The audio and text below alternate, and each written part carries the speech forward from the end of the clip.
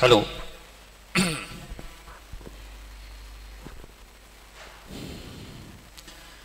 Good morning.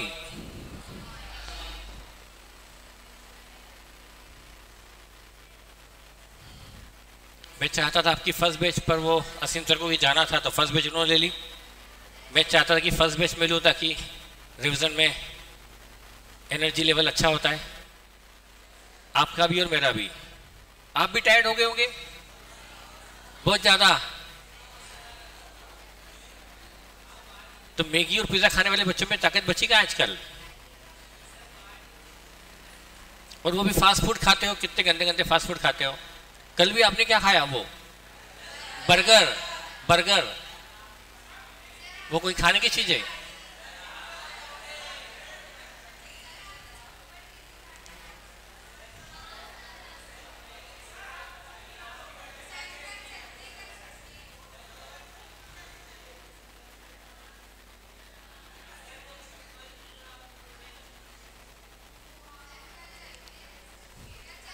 कल चलते हैं छप्पन।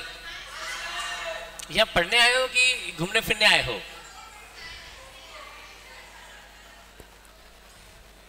चले कल की कल देखते हैं, पहले आज तो निपटाएं। तो देखिए, शुड वी स्टार्ट? क्या आपने डिपेंडेंट ब्रांच में डेटर सिस्टम यानी ब्रांच अकाउंट बनाना के क्वेश्चन कर लिए? ईमानदारी से यदि आपने मॉडल के सारे क्वेश्चन कर लिए होंगे तो आगे पढ़ने में मजा आएगा, समझ में भी आएगा। मुझे ये लगता है कि नहीं किए। डेटर सिस्टम मतलब ब्रांच अकाउंट बनाकर प्रॉफिट निकालना की क्वेश्चन कर लिया आप लोगों ने? क्या कोई दिक्कत आ रही है बेटा उसमें? नहीं आ रही है? क्या आगे एग्जाम तक भी वो फंडा क्लियर रहेगा? ठीक है।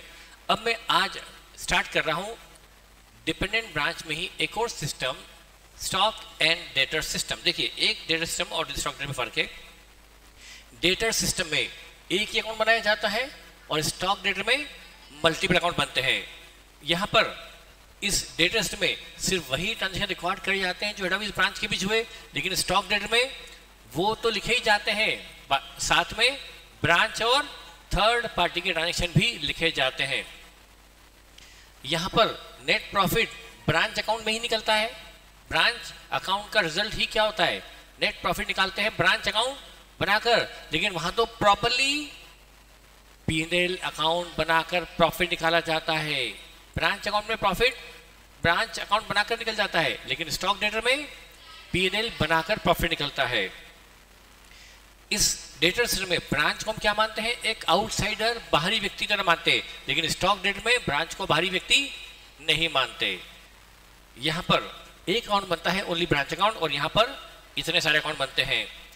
यदि डेटर सिस्टम है तो यहां पर हेड ऑफिस का ब्रांच के ट्रांजेक्शन पर ज्यादा कंट्रोल, क्योंकि ब्रांच और थर्ड पार्टी के बीच क्या गड़बड़ घोटाला चल रहा है वो यहां रिकॉर्ड में, इसलिए हेड ऑफिस का ब्रांच के ट्रांजेक्शन पर ज्यादा कंट्रोल नहीं होता। लेकिन स्टॉक डेटर में ब्रांच का each and every transaction account for किया जाता है, इसलिए हेड ऑफिस का ब्रांच के ट्रांजेक्शन पर कंट्रोल ज्यादा होता है।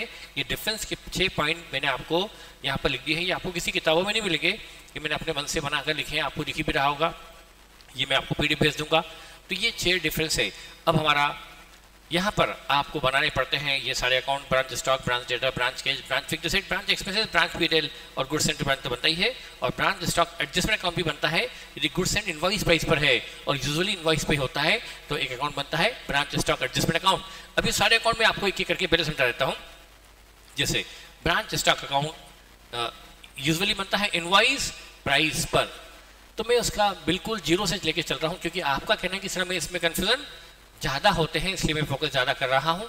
कोई जल्दबाजी नहीं मुझे रिवीजन की। तो यहाँ पर यदि गुड्स एंड ब्रांच 12,000 का है, जो कि इनवाइस प्राइस पर जिसकी कॉस्ट लोडिंग है 1/5 on cost, 1/6 of invoice price, तो 12 का 1/6 2000 होता है, यानी कॉस्ट इसकी 10,000 है, इनवाइस प्राइस 12,000 है। हेड ऑफिस ने 10 का माल ब्रांच को 12 पर भेजा है, भेजना अलग होता है, बेचना अलग होता है, ये इनवाइस प्राइस है न कि सेल प्राइस। तो और केस 1 में सेल भी 12,000 की, सेल 12 की हो गई, मतलब इनवाइस प्राइस पर ही सेल हो गई, है ना। और स्टॉक 0 है, मतलब यहां मुझे लिखना था ऑल गुड्स सोल्ड। तो देखो, मैं बेसिक बता रहा हूं कि आपको बेसिक भी क्लियर हो जाए। मान लो भूल चुके हैं, बहुत पहले पढ़ा था, तो मेरा ड्यूटी है कि मैं आपको बेसिक बता दूं। एक अकाउंट बनता है ब्रांच स्टॉक और दूसरा बनता है ब्रांच स्टॉक एडजस्टमेंट, और ये होता है फॉर प्रॉफिट। तो देखिए जब हम गुड्स भेजेंगे तो एंट्री होगी branch stock debit to goods and to branch, तो 12,000 यहाँ लिखेंगे ब्रांच में गुड्स एंड टू ब्रांच, यहाँ डेबिट, और गुड्स एंड टू ब्रांच में 12,000 क्रेडिट। एंट्री क्या हुई branch stock to goods and to branch, तो ब्रांच स्टॉक में 12 डेबिट और गुड्स एंड टू ब्रांच में 12। अब इसके बाद फिर क्या करेंगे, इसमें 2 का प्रॉफिट जुड़ा हुआ है, इस 12 में 2 का, तो इसकी जो लोडिंग है ना, इसकी लोडिंग हम इधर ही क्रेडिट करें या इसके लिए अलग से अकाउंट खोलें? उसके लिए अलग से अकाउंट खोलना पड़ता है जिसका नाम होता है ब्रांच स्टॉक एडजस्टमेंट। ये अकाउंट का नाम है सपना। सपना मतलब प्रॉफिट का सपना। ये अकाउंट किसका है? प्रॉफिट का सपना। आपने सपना मतलब कुछ और समझ लिया होगा, ये प्रॉफिट का सपना है। तो देखिए कितना गुड्स भेजा, 10 का गुड्स ब्रांच को भेजा 12 में, यदि ब्रांच ने माल बेच दिया तो कितना प्रॉफिट हो जाएगा? 2,000 हो जाएगा। तो हेड ऑफिस इस मेथड में प्रॉफिट की जल्दबाजी में होता है, माल भेजते ही प्रॉफिट बुक कर लेता है, माल भेजते ही प्रॉफिट बुक कर लेता है। ये अगेंस्ट है कंजर्वेटिज्म, अगेंस्ट है प्रूडेंस। प्रॉफिट एंटीसिपेट बुक नहीं करते, पर यहाँ एंटीसिपेट प्रॉफिट की को बुक किया रहा है, कंजर्वेटिव्स की प्रूडेंस की धज्जियां उड़ाई जा रही है इस ब्रांच स्टॉक एडजस्टमेंट अकाउंट के थ्रू। तो ये प्रॉफिट यहाँ 2,000 होगा क्रेडिट, यहाँ लिखेंगे, और बाय गुड्स एंड टू, यहाँ 2,000 होगा क्रेडिट, और गुड्स एंड टू ब्रांच में होगा टू ब्रांच स्टॉक एडजस्टमेंट 2,000 या डेबिट। आई थिंक क्लियर होगा। अब 12 माइनस 2 10 की आ गई, वो गुड्स जो है हेड ऑफिस ने ब्रांच को भेजा उसकी कॉस्ट, ये गुड्स एचओ ने भेजा है अपने परचेज में से, तो ये जाएगी एचओ के ट्रेडिंग में। तो यहां से डेबिट, यहां से एचओ ट्रेडिंग में क्रेडिट, करेक्ट। तो ये मैंने बताया यहाँ से डेबिट एचओ के ट्रेडिंग में क्रेडिट हो जाएगा, क्योंकि एचओ ने गुड्स भेज दिया तो एचओ के ट्रेडिंग में ये माल व्यापार के लिए अवेलेबल नहीं रहा, तो एचओ अपने ट्रेडिंग से बाहर करेगा नहीं करेगा, तो एचओ ने अपने ट्रेडिंग से क्रेडिट कर दिया, तो एचओ ट्रेडिंग में लिखेंगे by goods and to branch, और आप समझ गए एचओ ट्रेडिंग से गुड्स बाहर होना भी चाहिए। अब देखो, अब यहाँ पर सेल हुई, सेल ये स्टॉक अकाउंट है इनवॉइस प्राइस पर, ये स्टॉक अकाउंट है इनवॉइस प्राइस पर। यहाँ जब गुड्स भेजा तो स्टॉक बढ़ता है, सेल होने से स्टॉक बाय सेल 12,000 की सेल है, यहाँ क्रेडिट, और डेटर अकाउंट में डेबिट, यहाँ क्रेडिट, यदि कैश सेल है तो कैश में डेबिट, और उधार है तो डेटर में डेबिट, और इस स्टॉक अकाउंट में सेल को हम क्रेडिट कर देंगे, क्योंकि सेल होने से स्टॉक कम होता है तो हमने स्टॉक को क्रेडिट दे दिया। अब हमारा और क्वेश्चन में मुझे लिख देना चाहिए था कि बैलेंस सीडी 0 है, यहाँ पर स्टॉक का बैलेंस 0 है, सारा गुड्स बिक गया, मुझे लिख देना था क्लोजिंग स्टॉक 0 है, मतलब इसमें कोई स्टॉक नहीं बचा, मतलब कोई भी प्रॉफिट अनरियलाइज नहीं है। अब आप खुद ही देख लो, ये माल चूंकि बिक चुका तो ये प्रॉफिट क्या हो चुका है? रियलाइज। तो there is no unrealise profit, तो यहाँ पर स्टॉक रिजर्व 0 होगा। Stock reserve for unrealise profit will be stock 0, तो उसमें अनरियलाइज प्रॉफिट भी 0, तो पूरा प्रॉफिट क्या हो गया? रियलाइज। ये बैलेंस प्रॉफिट हो गया रियलाइज। जो प्रॉफिट बुक किया था बेचते वक्त की माल बिक जाएगा तो हो जाएगा, एक्चुअल में माल बिक भी गया तो प्रॉफिट हो ही गया, ये प्रॉफिट रियलाइज। ये प्रॉफिट जाएगा ब्रांच के पील में, यहाँ से डेबिट और ब्रांच के पील में क्रेडिट, यहाँ से इसलिए ब्रांच का जीपी है, 10 का माल 12 में बिका, 2 का जीपी हुआ, यहाँ से डेबिट और पीएनएल में क्रेडिट, इस तरह से प्रॉफिट आ गया। देन अब यहाँ तो मैंने सभी, अरे सब तो मैंने बता ही दिया, ये तो हो चुका, मैं सब बता ही चुका, उधर ही बता दिया मैंने, सब यहाँ लिख के रखा था कि आपको जरूरत ही नहीं पड़े लिखने की, ये सब लिखा हुआ था, ठीक है बेटा। और एचओ में क्या आ गया? By goods and to branch. क्यों आए समझ में आ गया? क्योंकि एचओ ने जो माल खरीदा था उसमें से कितना माल ब्रांच को भेज दिया? 10 का, तो अब उसकी ट्रेडिंग यहाँ नहीं बल्कि, तो एचओ अपने परचेज में से 10 का माल बाहर करेगा, तो यहाँ क्रेडिट करने से वो 10 का माल एचओ की ट्रेडिंग से बाहर हो गया। Is it clear? ये है। अब देखिए क्या ये आपको क्लियर है? अच्छा, अब क्या मतलब मैं जो 0 से चल रहा हूं ये मानते हुए कि आपको बिल्कुल कुछ भी उसमें से याद नहीं है, ताकि मैं इस चैप्टर में कोई रिस्क नहीं लेना चाहता हूं, तो क्या चलेगा? अब देखो, अभी मैंने क्या था, सारा माल बिक गया, अब मैं ले सकता हूं कि कुछ माल बिक गया कुछ माल बच गया। मैं उसका एग्जांपल लेता हूं, एक वो ऐसे लेता हूं मैं यहाँ पर, वो आपको सब क्लियर है। मैं आपके सामने बनाया ब्रांच स्टॉक अकाउंट, फिर मैंने बनाया branch stock adjustment account for exam में न लिखे तो चलेगा, फिर goods send to branch account भी बना ले हम, कई बार इसकी जरूरत पड़ती, कई बार नहीं पड़ती है। ये 2-3 अकाउंट सबसे मेन है। मान लो यहाँ पर ओपनिंग स्टॉक है टू बैलेंस BD 15,000 का है, ये ओपनिंग स्टॉक है और इसमें लोडिंग है 1/2 on cost 1/3 on invoice price, इसमें 5,000 का प्रॉफिट जुड़ा हुआ है। तो हमारा ये पिछले साल का स्टॉक है, तो एक अकाउंट और खुला होगा स्टॉक, इसमें ओपनिंग बैलेंस यहाँ चल रहा होगा 15,000 का 1/3, 5,000 का प्रॉफिट क्या है अन पिछले साल ओपनिंग स्टॉक, मतलब पिछले साल का क्लोजिंग स्टॉक, ये पिछले साल बिकने से रह गया था तो इसमें 5 का प्रॉफिट अनरियलाइज रह गया था, वो अनरियलाइज प्रॉफिट पड़ा है स्टॉक रिजर्व की क्रेडिट में। क्रेडिट में ही पड़ा होता, प्रॉफिट तो हमेशा क्रेडिट में होगा, तो स्टॉक डेबिट में है तो स्टॉक रिजर्व क्रेडिट में है। अब चूंकि ये चैप्टर में ये प्रॉफिट का सपना देखता है कि प्रॉफिट होगा होगा होगा, तो सबसे पहले 15 का माल ही बिकेगा, 15 का माल बिकते ही 5 का प्रॉफिट, तो ये 5 का प्रॉफिट जो अनरियलाइज था इसको ले जाओ ब्रांच स्टॉक, यहां से 5 करोड़ डेबिट, और ब्रांच स्टॉक एडजस्टमेंट में बाय स्टॉक रिजर्व करके 5,000 यहाँ हमने किया क्रेडिट। ये आपको तो स्टॉक डेबिट में आएगा, तो स्टॉक डेबिट में आएगा तो उसकी लोडिंग अपोजिट साइड क्रेडिट में आएगी।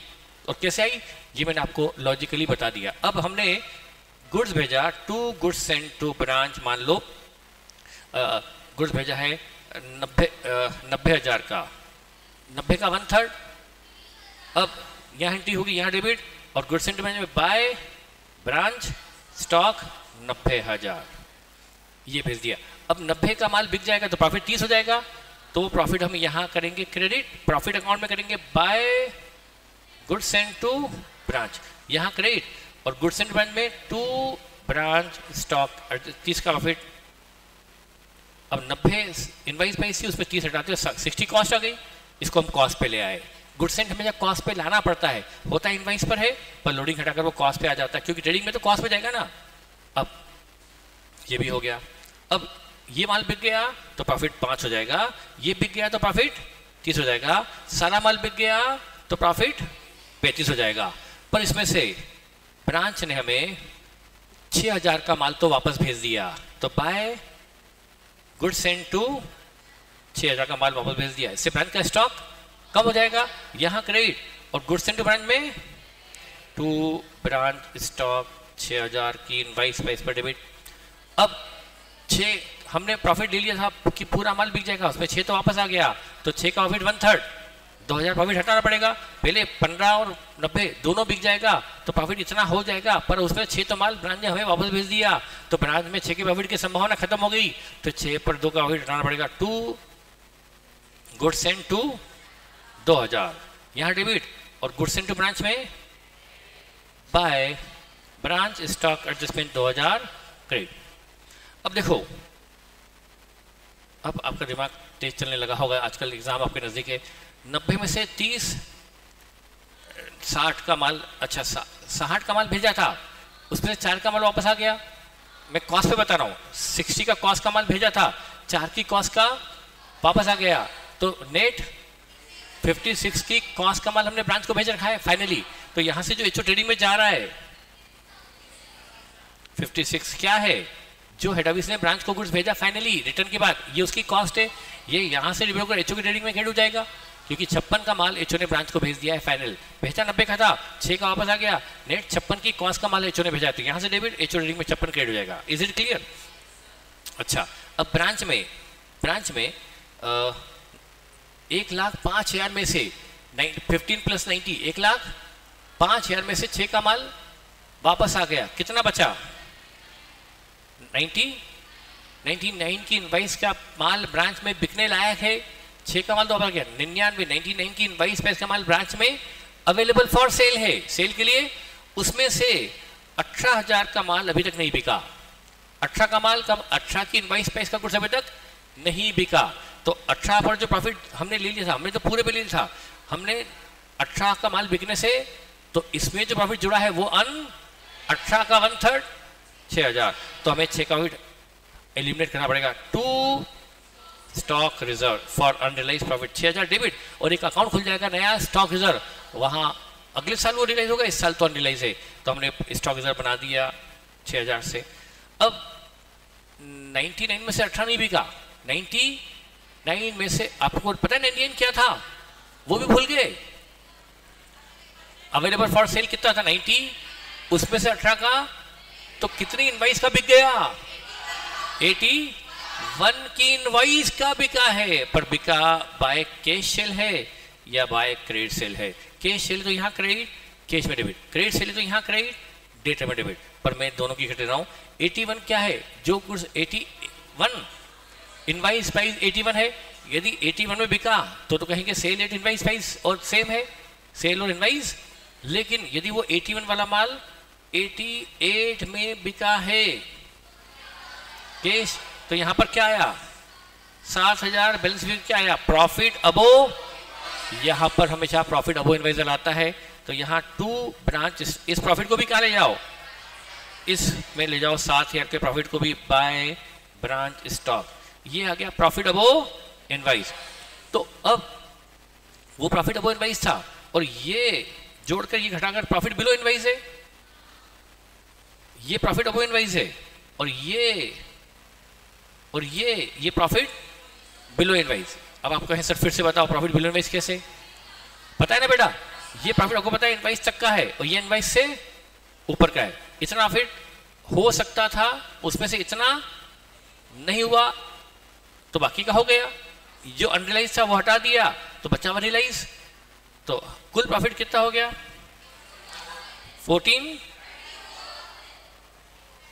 34,000। तो 34 का प्रॉफिट क्या हो गया, रियलाइज। इसमें कौन सा गया, प्रॉफिट अबो है या प्रॉफिट बिलो है या दोनों है?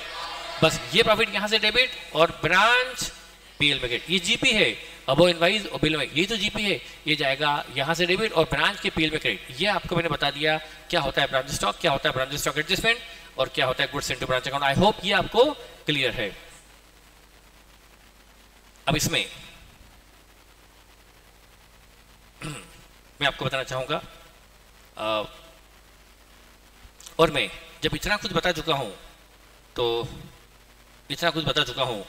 मैं आपको और कुछ बता दूं। जैसे मैं आपको कल बता चुका हूं नॉर्मल और अबनॉर्मल, और इसमें बता चुका हूं, फिर से बता दूं, ब्रांच स्टॉक अकाउंट है, ब्रांच स्टॉक एडजस्टमेंट है, और goods and to branch account भी है। मैं बिल्कुल जीरो से लेके एंड तक जा रहा हूं। मान लो हमने ब्रांच को 1000 की कॉस्ट का माल, कल वाला एग्जाम्पल में ध्यान है, मैंने आपको 1200 वाला भेजा था, उसका पीडीएफ भेज दिया मैंने, 1000 जिसकी कॉस्ट है, 1200 जिसकी इनवाइस प्राइस है। तो एचओ ने भाल भेजा, तो ब्रांच स्टॉक में 1200 डेबिट और गुड्स एंड टू ब्रांच में 1200 क्रेडिट। फिर इसकी लोडिंग क्या करते हैं, यहां क्रेडिट और यहां डेबिट। जल्दी तो नहीं हो रहा है, लोडिंग इसके अपोजिट साइड में आती है ना बेटा, 200 लोग यहाँ क्रेडिट यहाँ डेबिट, और ये 1000 रुपये ये एचओ ट्रेडिंग से बाहर हो जाएगा। एचओ ने 1000 का माल भेज दिया, एचओ ट्रेडिंग से 1000 बाहर हो जाएगा। अब ये गुड्स एचओ में ब्रांच में आ गया है 1200। अब ये जो गुड्स 1200 ब्रांच के स्टॉक में आया है, मैंने यही अकेला गुड्स नहीं आया, ये तो वो गुड्स जो लॉस हो गया है, बाकी और भी आया होगा। अब इसके मैं दो ट्रीटमेंट बताऊंगा, नॉर्मल और अब इस स्टॉक डेटर में दोनों केस में, नॉर्मल हो या अबनॉर्मल, दोनों केस में ये स्टॉक कम करना पड़ता है। क्यों भाई, माल यदि शॉर्ट हुआ है, कम पड़ा है, शॉर्टेज होगी, तो स्टॉक कम हुआ कि नहीं हुआ, चाहे वो नॉर्मल हो चाहे, मान लो माल कम हो गया, अभी तो होना ही था, तो फिर भी तो स्टॉक कम तो हुआ कि नहीं हुआ। तो स्टॉक यदि चला हो तो भी कम हुआ, शॉर्टेज हुआ है तो भी कम हुआ। तो दोनों केस में स्टॉक तो क्रेडिट करना पड़ेगा, क्योंकि स्टॉक भाई जो इतना सेल हो गया तो स्टॉक कम हो गया, इतना बच गया और इतना शॉर्टेज हो गया। सेल हुआ मतलब बाहर हुआ, शॉर्टेज हुआ मतलब कम हुआ, वो इतना बचा हुआ है। तो आपको स्टॉक का जो बच गया वो सही निकालने के लिए जो नहीं रहा उसको बाहर करना पड़ेगा। तो आपको शॉर्टेज बाहर करनी पड़ेगी, चाहे वो नॉर्मल हो चाहे, अब मान लो शॉर्टेज 1200 की है, अब 1200 की शॉर्टेज मान लो नॉर्मल है तो क्या, अब नॉर्मल है तो क्या। तो मैंने कहा था नॉर्मल है तब भी क्या करो, इस शॉर्टेज को यहां से करो क्रेडिट। स्टॉक से करना तो मजबूरी है, करना ही है, पर डेबिट कहां करूं, ये नॉर्मल लॉस है, विल बी बियर बाय। तो इस लॉस को यहां से क्रेडिट कर ब्रांच के पीएनएल में आप शॉर्टेज को डेबिट कर दो, टू शॉर्टेज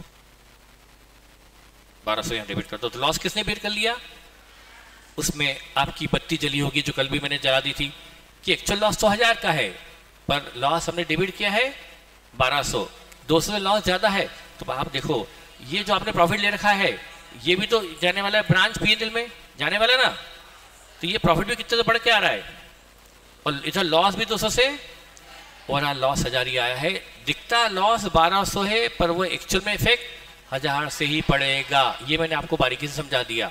ये मैंने बताया रिगार्डिंग नॉर्मल, लेकिन यही लॉस अबनॉर्मल होता, यही लॉस अबनॉर्मल होता तो फिर ये लॉस ब्रांच बियर नहीं करती, फिर ये लॉस यहां से क्रेडिट होकर लॉस बाय फायर में 1200 डेबिट होता, पर ये लॉस कौन बीट करने वाला है? तो फिर अब यहां पर यदि आपने कुछ नहीं किया तो प्रॉफिट ब्रांच का 200 से बढ़ के आएगा।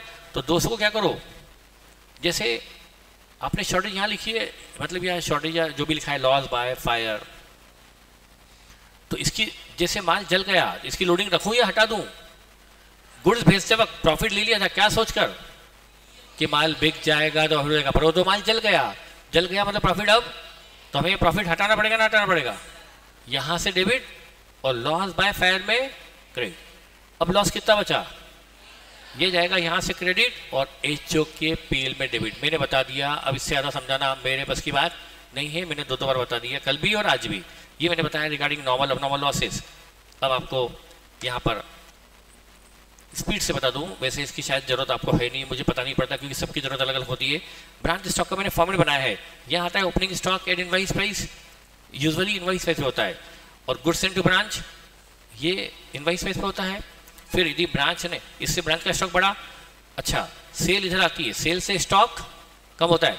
कई बार मॉड्यूल सेल में से रिटर्न नहीं लेस करके सेल दिखा देता है, पर सेल क्रेडिट होगी तो सेल रिटर्न, सेल से स्टॉक कम होता है तो रिटर्न से स्टॉक बढ़ता है, सेल क्रेडिट में आती तो रिटर्न डेबिट में आएगा।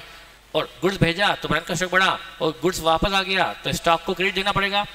फिर अभी मैंने बताया नॉर्मल लॉस यहां से क्रेडिट होता है और ब्रांच के पील में डेबिट होता है, लेकिन अबनॉर्मल लॉस यहां से क्रेडिट होता है और एक अकाउंट अलग से खुलता है, वो HOP में डेबिट होता है, वो HOP में होता है, लेकिन इसको कॉस्ट में लाने के बाद ये लॉस तो ये क्रेडिट ब्रांच पील में डेबिट इनवॉइस प्राइस पर ही, लेकिन ये लॉस ब्रांच स्टॉक से क्रेडिट जरूर होता है पर जाने वाला HOP में, पर HOP में जाएगा कॉस्ट प्राइस पर नॉर्मल लॉस भी यहाँ से क्रेडिट होता है, अबनॉर्मल लॉस भी यहाँ से क्रेडिट होता है। और जो ब्रांच को माल में बच गया, दो तरह के माल बच सकते हैं, स्टॉक दो तरह का, एक तो जो स्टॉक ब्रांच में है और एक स्टॉक जो रास्ते में है, वो भी तो ब्रांच का है। कल मैंने बताया था कि ब्रांच को माल भेजा 1,20 का पर उसको मिला 1,08,000, कल ये क्वेश्चन कराया था, तो हमने 1,20 से डेबिट कर दिया, तो 12 का माल जो रास्ते में वो भी तो ब्रांच का हो गया। तो हमें यहाँ पर स्टॉक दो तरह के दिखाने पड़ेंगे, stock in hand as well as stock, और स्टॉक रिजर्व भी। फिर अच्छा, अब यदि यहाँ बैलेंस शीट में कुछ आ रहा है तो ये होता है प्रॉफिट अबोव इनवॉइस। मैंने आपको पहले एग्जांपल समझा, उसके बाद फॉर्मेट बता रहा हूं। तो ये आता है हमेशा, यदि यहाँ डिफरेंस आया है तो ये क्या है, प्रॉफिट अबोव इनवॉइस प्राइस। और यदि क्वेश्चन में आपको सपोज दिया है तो प्रॉफिट अबोव इनवॉइस निकल जाएगा, पर मान लो क्वेश्चन में क्लोजिंग स्टॉक अननोन है, क्लोजिंग स्टॉक आपका बैलेंस शीट फिगर है, तो क्या बताया था मैंने कल, क्लोजिंग स्टॉक आपका अननोन है, तो फिर एक ही क्वेश्चन में ये भी अननोन और ये भी अननोन, दोनों अननोन, इसमें से एक अननोन की आपको कुछ जीरो करना पड़ेगा। तो मान लेंगे प्रॉफिट अबोव इनवॉइस नहीं है और मान लेंगे कि सारी सेल इनवॉइस पे हुई है, तो फिर आपको क्लोजिंग स्टॉक मिल जाएगा। बताया था मैंने कल आपको, ब्रांच स्टॉक एडजस्टमेंट में कुछ ज्यादा बताने का है नहीं, फिर भी ये है ओपनिंग स्टॉक रिजर्व, ये profit on good send to branch, branch को जो माल भेजा उस पर हमने प्रॉफिट ले लिया, ये सोच करके माल भेजा है तो बिक जाएगा, उसमें से रिटर्न हो गया तो उसका प्रॉफिट हमने, जो माल ब्रांच से वापस आ गया उसका प्रॉफिट हमने हटा लिया, जो माल जल गया उसका प्रॉफिट भी हमने हटा लिया, और जो माल ब्रांच में बच गया उसका प्रॉफिट भी हमने, जो माल ब्रांच में बिकने से रह गया उस पर प्रॉफिट क्या है, अन, वो भी हटा लिया। तो बचा हुआ प्रॉफिट क्या है, रियलाइज, यहां से डेबिट और P&L में क्रेडिट। फिर से बताऊं, ये प्रॉफिट ओपनिंग स्टॉक बिक जाएगा तो प्रॉफिट ये हो जाएगा, गुड्स भेजा वो बिक जाएगा तो प्रॉफिट ये हो जाएगा। ये है मैक्सिमम प्रॉफिट जो ब्रांच में हो सकता है सेल पर ही। सारा माल बिक जाए तो ये प्रॉफिट हो जाएगा। उसमें से इतना माल वापस आ गया, प्रॉफिट डाल लिया। माल जल गया, प्रॉफिट डाल लिया। माल बच गया, प्रॉफिट डाल लिया, क्योंकि अनरियलाइज है। यदि वो अनरियलाइज है तो बचा हुआ क्या है, रियलाइज। वो यहाँ से डेबिट और पीएनएल में क्रेडिट। ये था branch stock adjustment. Debtor account तो मैं आपको क्या समझाऊं, आपको आता ही है, ओपनिंग डेटर, सेल। अब यहाँ पर सेल क्रेडिट सेल आती है या कैश सेल भी आ सकती है, मैंने बताया था। यहाँ पर वैसे यूजुअली सेल क्रेडिट आती है। यदि यहाँ पर क्रेडिट सेल है तो यहाँ रिसीव्ड फ्रॉम डेटर होगा, कस्टमर नहीं, रिसीव्ड फ्रॉम डेटर होगा। मान लो मैं इसका अकाउंटेंट हूं, मैंने 4 लाख का माल बेचा उधार और 50 का माल बेचा है नगद। 4 लाख का उधार, 50 का नगद, तो यहां सिर्फ 4 लाख आएगा।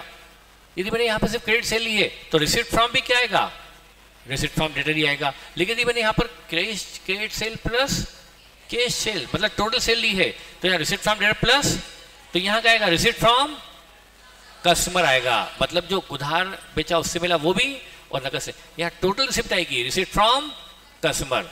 तो फिर यदि रिसीव्ड फ्रॉम कस्टमर दिया है तो यहाँ कैश सेल भी लिखनी पड़ेगी। मेरी बात समझ में आई होगी, पता नहीं आई कि नहीं आई। डिस्काउंट यहाँ क्रेडिट होकर ब्रांच पील में डेबिट होता है। बेड डेट्स यहाँ क्रेडिट होकर पील में डेबिट होती है। सेल रिटर्न यहाँ क्रेडिट जाएगी और ये क्लोजिंग डेटर आ गए। कई बार आपको वर्किंग नोट में ये बनाकर कई बार नॉन फिगर निकालना पड़ता है। कई बार रिसीप्ट फ्रॉम डेटर दिया हुआ नहीं होता, रिसीप्ट फ्रॉम कस्टमर कई बार दिया हुआ नहीं होता, तो ये निकालना पड़ता है। ब्रांच का कैश अकाउंट बनाने के लिए हो सकता है आपको डेटा अकाउंट बनाकर कोई अननोन निकालना पड़े। अननोन निकालना आपको पड़ेगा इस क्वेश्चन में। Branch expenses account, branch expenses में 2 तरह के एक्सपेंस होते हैं। मान लो मैं एचओ हूं, आप ब्रांच है, आपका अकाउंट मैं रख रहा हूं, ये आपका ब्रांच एक्सपेंस अकाउंट है, पर अकाउंटिंग में कर रहा हूं, हेड ऑफिस में अकाउंट खुला है आपके लिए। ये दिल्ली ब्रांच अकाउंट है, पुणे ब्रांच अकाउंट है, पुणे ब्रांच का एक्सपेंस अकाउंट है।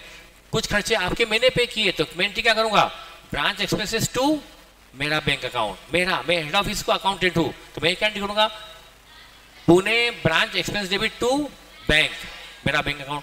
लेकिन कुछ खर्चे आपने पे किए पर अकाउंटिंग मुझे करनी पड़ेगी, तो Pune branch expense debit to, क्योंकि मेरे पास आपका कैश अकाउंट भी मैं ही कर रहा हूं, तो मेरे पास 2 कैश अकाउंट है, 2 बैंक अकाउंट है, एक मेरा एक आपका। यदि खर्चा मेरे अकाउंट से पे किया तो मेरे अकाउंट से क्रेडिट होगा, यदि खर्चा आपके अकाउंट से किया तो आपके अकाउंट से क्रेडिट होगा, पर डेबिट तो यही होगा ना। यदि एचओ ने पे किया ब्रांच खर्चे तो भी डेबिट, और ब्रांच ने पे किए खुद खर्चे तो भी डेबिट। तो यहाँ पर ये खर्चे टोटल खर्चे आएंगे ब्रांच के, फ्री जाएंगे ब्रांच के पीएनएल में, यहाँ से क्रेडिट और ब्रांच पीएल में डेबिट। अब यदि if expenses of branch are payable by head office except petty expenses, मतलब आप कुछ भी खर्चे पे नहीं करते हो, सिर्फ कौन से खर्चे करते हो, तो आपके सारे खर्चे मैं पे करता हूं, लेकिन पेडिंग एक्सपेंस, तो उस केस में क्या होगा, ये मैंने खोला ब्रांच एक्सपेंसेस।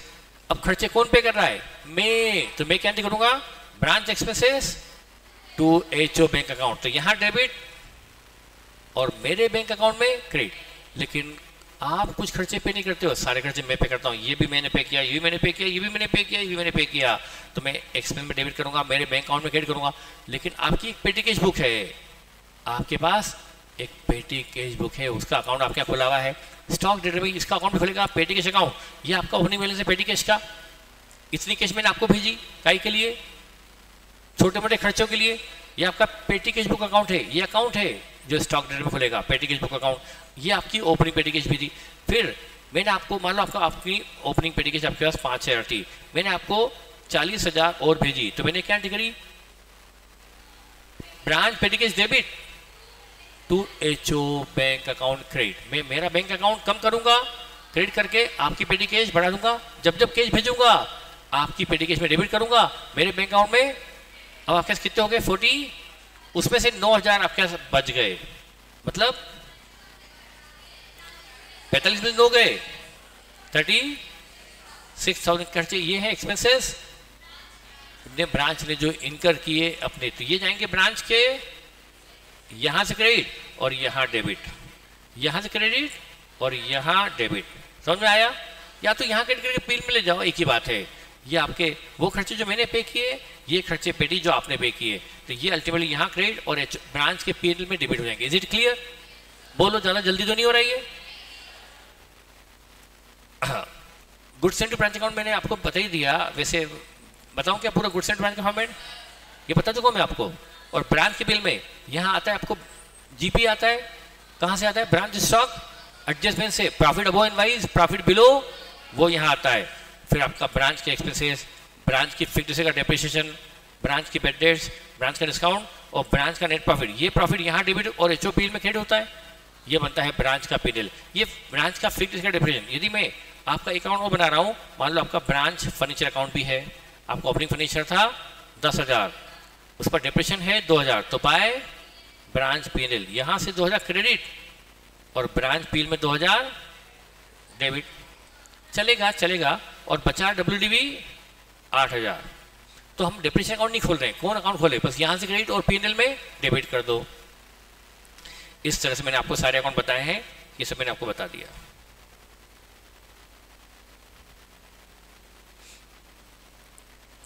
अब क्या चाहते हैं, ये मैंने आपको बता दिया स्टॉक एंड डेटर सिस्टम में क्या होता है, कैसे होता है, क्या इस पर क्वेश्चन, मतलब अब आपकी चॉइस पे चलेगा। मैंने कल आपको एक क्वेश्चन भेजा था, रिवीजन ऑफ ब्रांच चैप्टर का एक क्वेश्चन भेजा था,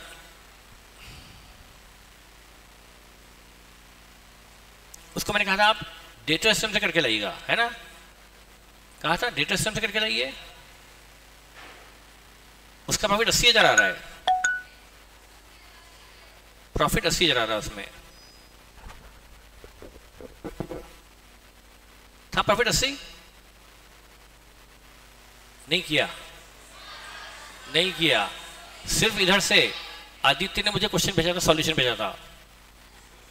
हाँ, मैंने आपको बोला नहीं था कि मुझे भेजो, पर आदित्य का आ गया था, तो मैंने चेक करा तो 80,000 प्रॉफिट आ रहा है उसमें फाइनली, 80,500 नहीं आ रहा है, 80,000 आ रहा है, 80,500 गलत है, उसमें आपने एक्सपेंसेस 3,9950 लेने थे, आपने ले लिए 40,000, आपने बेटा गलती की होगी।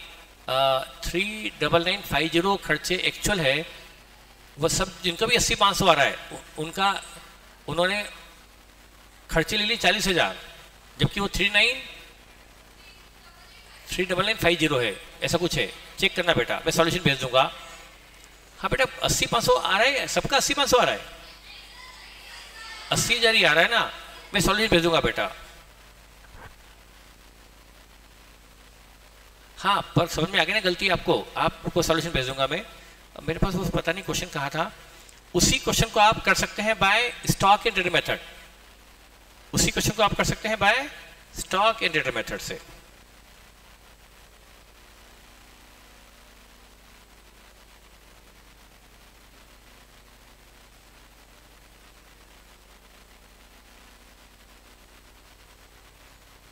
क्या बोलो, बोलते हैं क्या, क्या बोलते हो,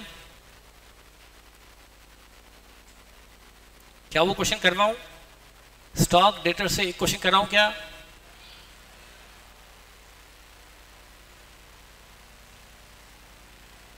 उसको पेड लेंगे या इनकर्ड, लैंग्वेज क्या थी मुझे बताओ, मुझे याद नहीं, मैं क्वेश्चन ढूंढ रहा हूं, मुझे दिख नहीं रहा, मैं थोड़ा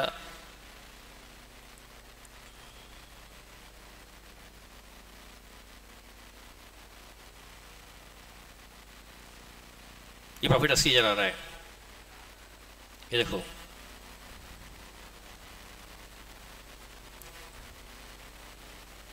वेरिफिकेशन भी है, 80 का प्रॉफिट कैसे आया, एक्सपेंसेस 46,500 के आ रहे हैं सब मिलाकर।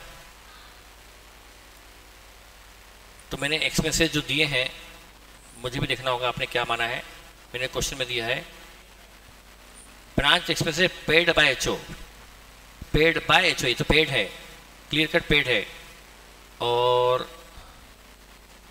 एक्सपेंसेस एट ब्रांच, हाँ इसको भी पेड मान लो, ये एक्सपेंसेस एट ब्रांच पेड मान लो इसको बेटा, मुझे लिख देना था एक्सपेंसेस पेड बाय ब्रांच, क्योंकि ब्रांच में एक्सपेंसेस पेड हुए। हाँ ठीक है, सही है, आप अपनी जगह सही है, हो सकता है एक्सपेंसेस ब्रांच लिखा है, इसको पेड मान लेंगे तो शायद आपका आ जाएगा 80,000, मैंने पेड माना है।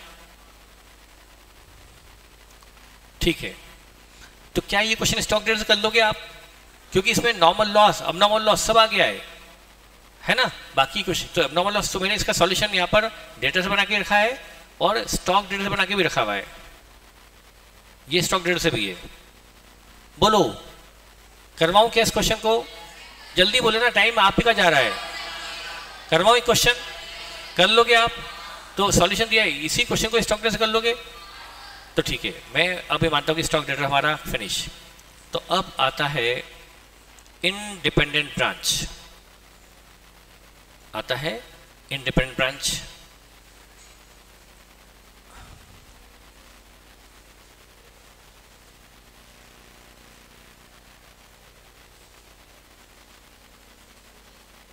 जब ब्रांच अपनी separate set of books maintain करती हो तो वो ब्रांच को कहते हैं इंडिपेंडेंट ब्रांच। तो यहां पर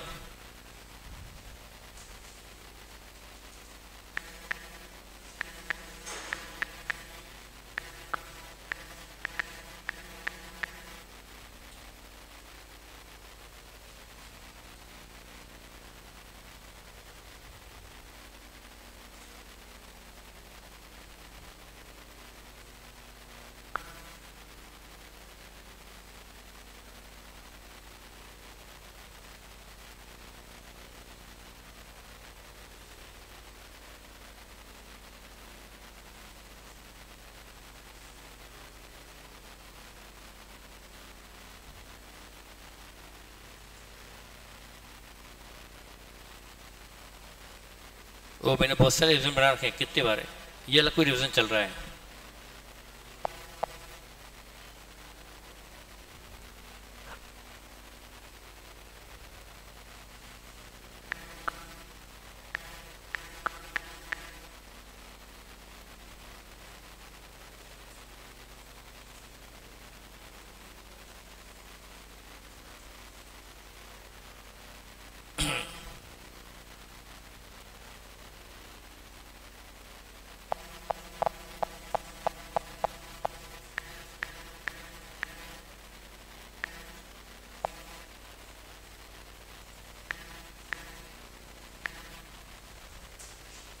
यस, ये है इंडिपेंडेंट ब्रांच। देखिए, इफ अकाउंट फॉर यहां पर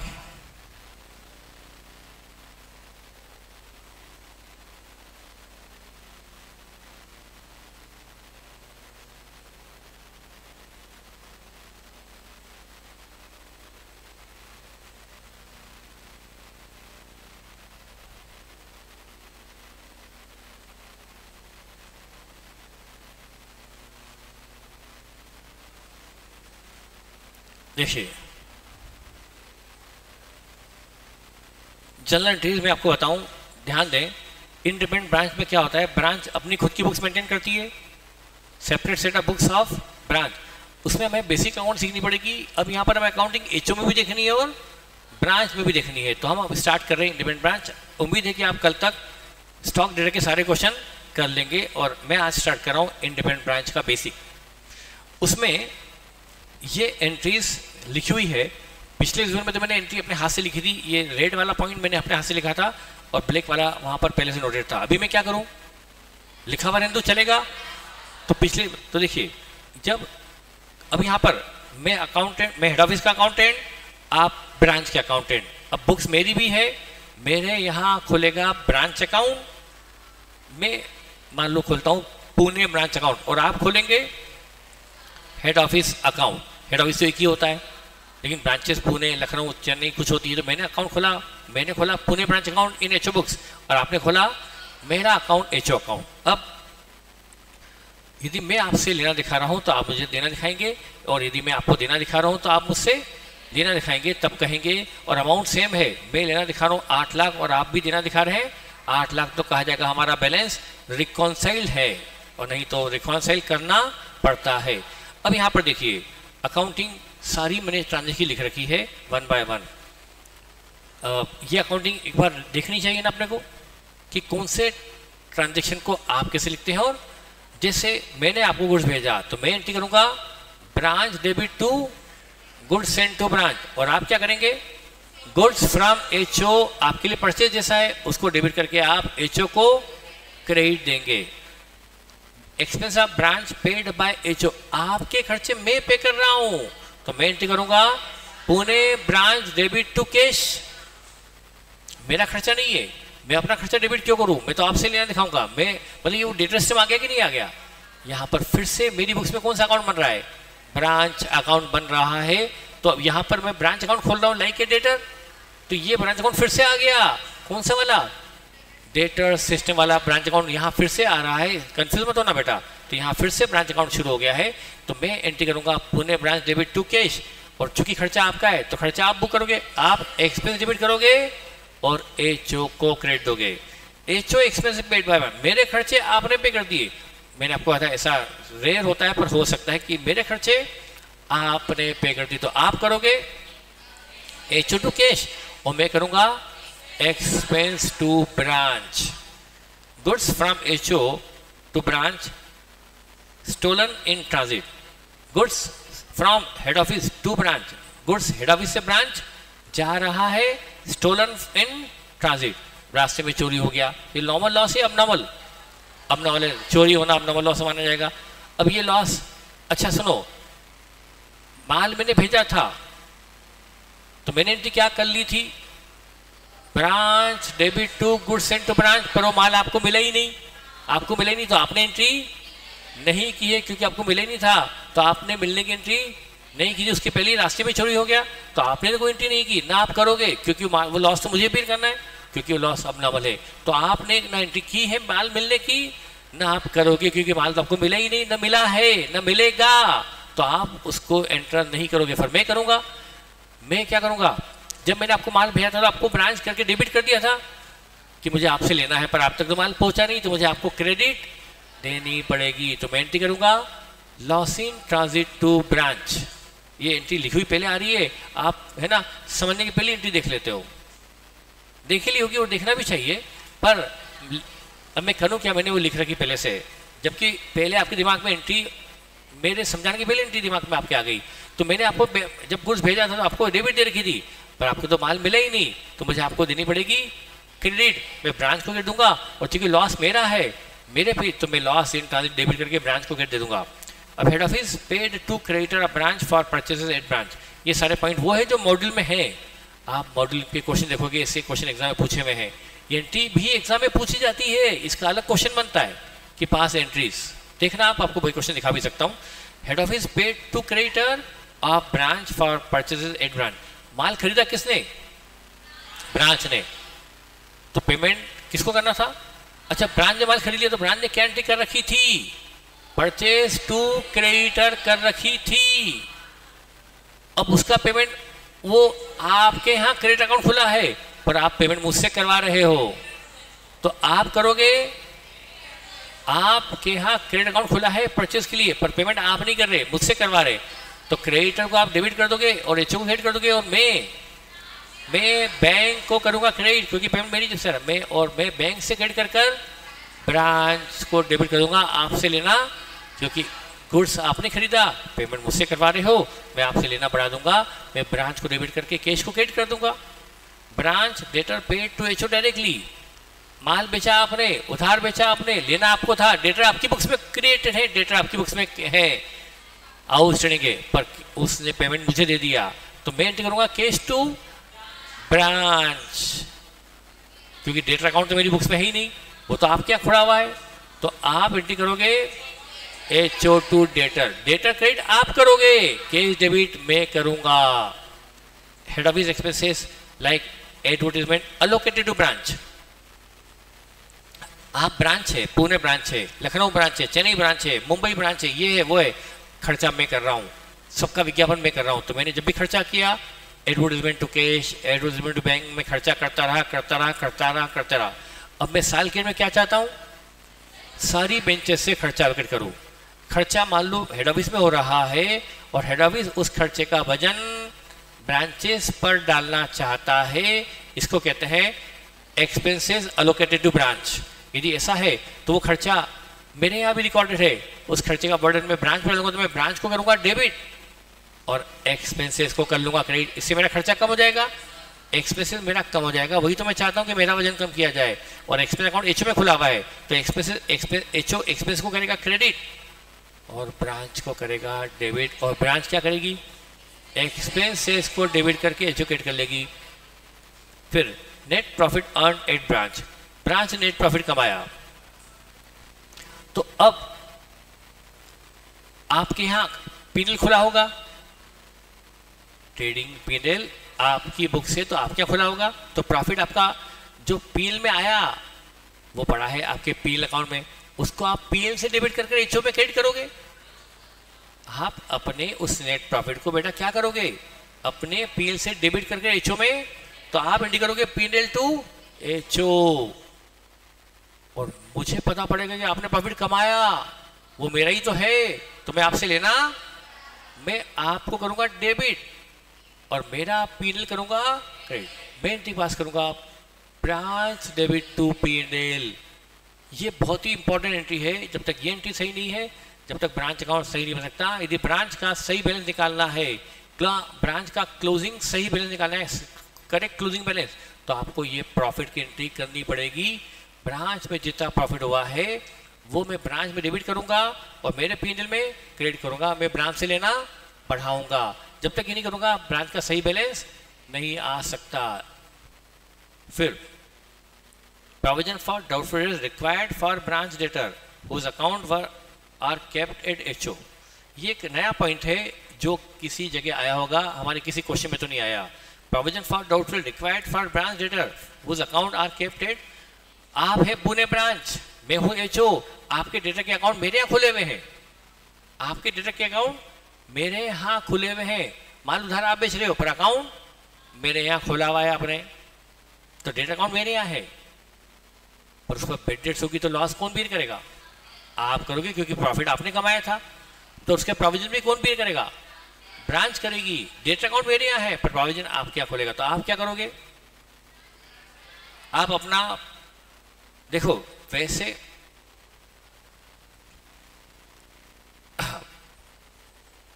प्रोविजन अकाउंट किसके खोलेगा, डेटा अकाउंट मेरे यहाँ है तो प्रोविजन अकाउंट भी, लेकिन मेरा पीएल डेबिट नहीं होगा। क्यों भाई, मेरा बटन थोड़ा है, प्रोविजन तो आप बनाओ, तो आप अपना पीएल डेबिट करोगे, ब्रांच अपना पीएल डेबिट जरूर करेगी, लेकिन प्रोविजन क्रेडिट, क्योंकि जब डेटा अकाउंट ही आप क्या नहीं है तो प्रोविजन अकाउंट खोल के कैसे क्रेडिट कर सकते हो। तो आप एंट्री करोगे पीएनएल टू एचओ, और मैं अपना पीएल डेबिट नहीं करूंगा, लेकिन प्रोविजन मुझे क्रिएट करना पड़ेगा, तो मैं एंट्री करूंगा branch to provision for doubtful debts, correct. Goods in transit from HO to branch, goods in transit from HO to branch, HO माल जा रहा है पर माल अभी नष्ट नहीं हुआ, स्टोलन ट्रांजिट नहीं है, वो आप तक पहुंच जाएगा। 28 मार्च को माल अभी रास्ते में है, जो मैंने आपको भेजा था पुणे ब्रांच को, वो रास्ते में है, तो मैं भेजते वक्त एंट्री कर चुका हूं branch to goods to branch, पर आपने एंट्री पास नहीं की थी। मैंने आपको भेजा साल भर में 3 लाख, तो मैंने आपको 3 लाख से डेबिट दे रखी है, पर आपको 280 मिला है, तो आपने गुड्स रिसीव 280 से एंट्री की होगी, आपने मुझे क्रेडिट दी होगी 280 से, मैंने आपको डेबिट दी होगी 3 लाख से, पर आपको गुड्स मिला है, तो आपने क्या एंट्री की होगी, goods from HO to HO 280 की होगी। तो 20 का माल अभी स्टोलन नहीं है, लॉस इन ट्रांजिट नहीं है, आपको मिलने वाला है। तो अब वो माल किसका माना जाए, रिसिपिएंट का। ट्रांजिट हमेशा रिसिपिएंट का मानना प्रेफरेबल है, प्रेफरेबल है, एब्सोल्यूट मतलब 100% ऐसा ही होना जरूरी नहीं, पर प्रेफरेबल है कि वो रिसिपिएंट अपनी साइड मान ले। तो स्टॉक इन ट्रांजिट की एंट्री कौन करेगा, ब्रांच करेगी stock in transit to HO, क्योंकि मैं आपको कितने डेबिट दे चुका हूं 3 लाख से, पर आपने मुझे क्रेडिट 280 से ही दी है, तो 20 का डिफरेंस भी तो आ रहा है, वो रिकॉन्सिल भी करना पड़ेगा और स्टॉक रिकॉग्नाइज भी तो करना पड़ेगा, क्योंकि स्टॉक ना मेरे यहाँ है अभी ना आपके यहाँ है। मेरे यहाँ से 3 लाख जा चुका, मेरे यहाँ वो 20 नहीं है, आपके 280 आया है, आपके अभी 20 नहीं है, तो 20 ना मेरी बुक्स में है क्योंकि मैं रवाना कर चुका, 20 आपकी बुक्स में नहीं है क्योंकि आपको रिसीव नहीं हुआ, तो आपको अपनी बुक्स में उसको स्टॉक को दिखाना पड़ेगा। आप एंट्री पास करोगे stock in transit to HO,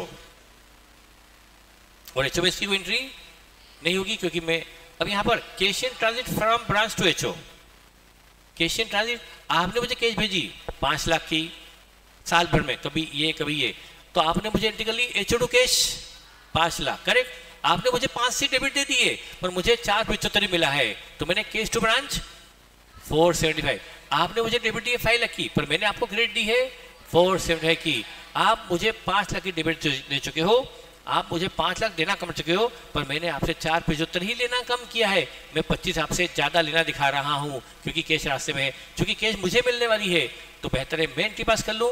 मैं एंट्री करूँगा cash in transit to branch. मैं मान लूँगा कि 25 भी मिल गए, मैं आपको 25 से क्रेडिट और दे दूंगा तो आपका और मेरा बैलेंस रिकॉन्साइल हो जाएगा। मैं एंट्री करूँगा cash in transit to branch, आपको एंट्री पास न करेंगे। Is it clear? अब ये सबसे इंपॉर्टेंट पॉइंट है जो कई बार क्वेश्चन में आ जाता है। आप पुणे ब्रांच में हेड ऑफिस हूँ, मैं इंदौर अकाउंट रखता हूँ, आप पुणे में रखते हैं, पर कंट्रोल पर्पस से मुझे आप पर भरोसा नहीं है। वैसे तो है पर एज एन अकाउंटेंट या एज ए हेड ऑफिस मुझे आप पर भरोसा नहीं है कि आप मेरी फिक्स डिपॉजिट कहीं गायब नहीं कर दो। तो मैंने कहा भाई फिक्स डिपॉजिट तो मुझे आपके पास भेजनी पड़ेगी क्योंकि इंदौर से मैं एसी का तो आपके पास फेंक नहीं सकता। एसी आपके पास है लेकिन उसका अकाउंट मैं रखूंगा ताकि वो कहीं एसी गायब आप ना कर दो। तो fix deposit branch fix deposit account maintain it HO asset आपके पास में है पर उसका अकाउंट मैं रखूंगा ताकि कंट्रोल रहे। असेट अब गायब नहीं हो पाएगी फिजिकली क्योंकि उसका अकाउंट मैं चला रहा हूं।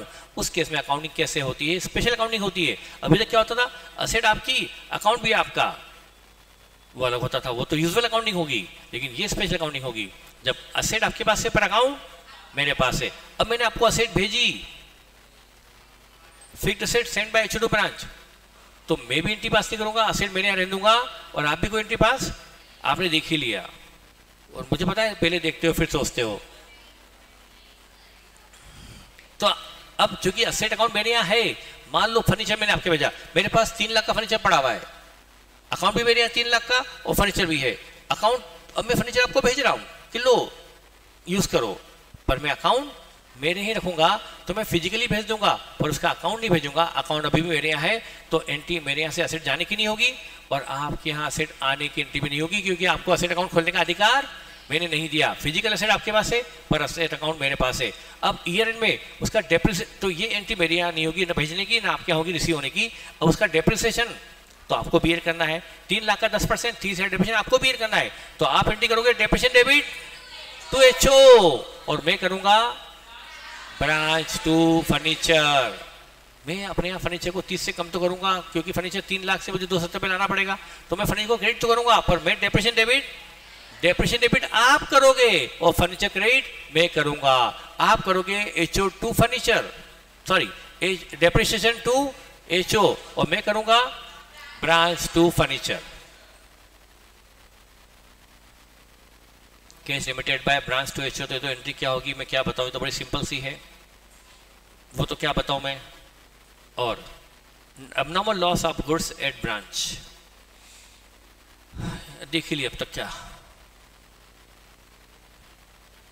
अब देखो आप ब्रांच है, मैं हेड ऑफिस हूं, गुड्स आपके यहाँ है पुणे ब्रांच में, आपके यहाँ 20 का माल चोरी हो गया है, जल गया, 20 का माल जल गया या चोरी हो गया, ये abnormal लॉस है और ये लॉस का बर्डन एचओ बियर करता है। तो अब गुड्स तो आपके पास था, गुड्स फ्रॉम एचओ तो आपके पास था, अब 20 का माल जला तो आप क्या करोगे और मैं क्या करूंगा। आप हाँ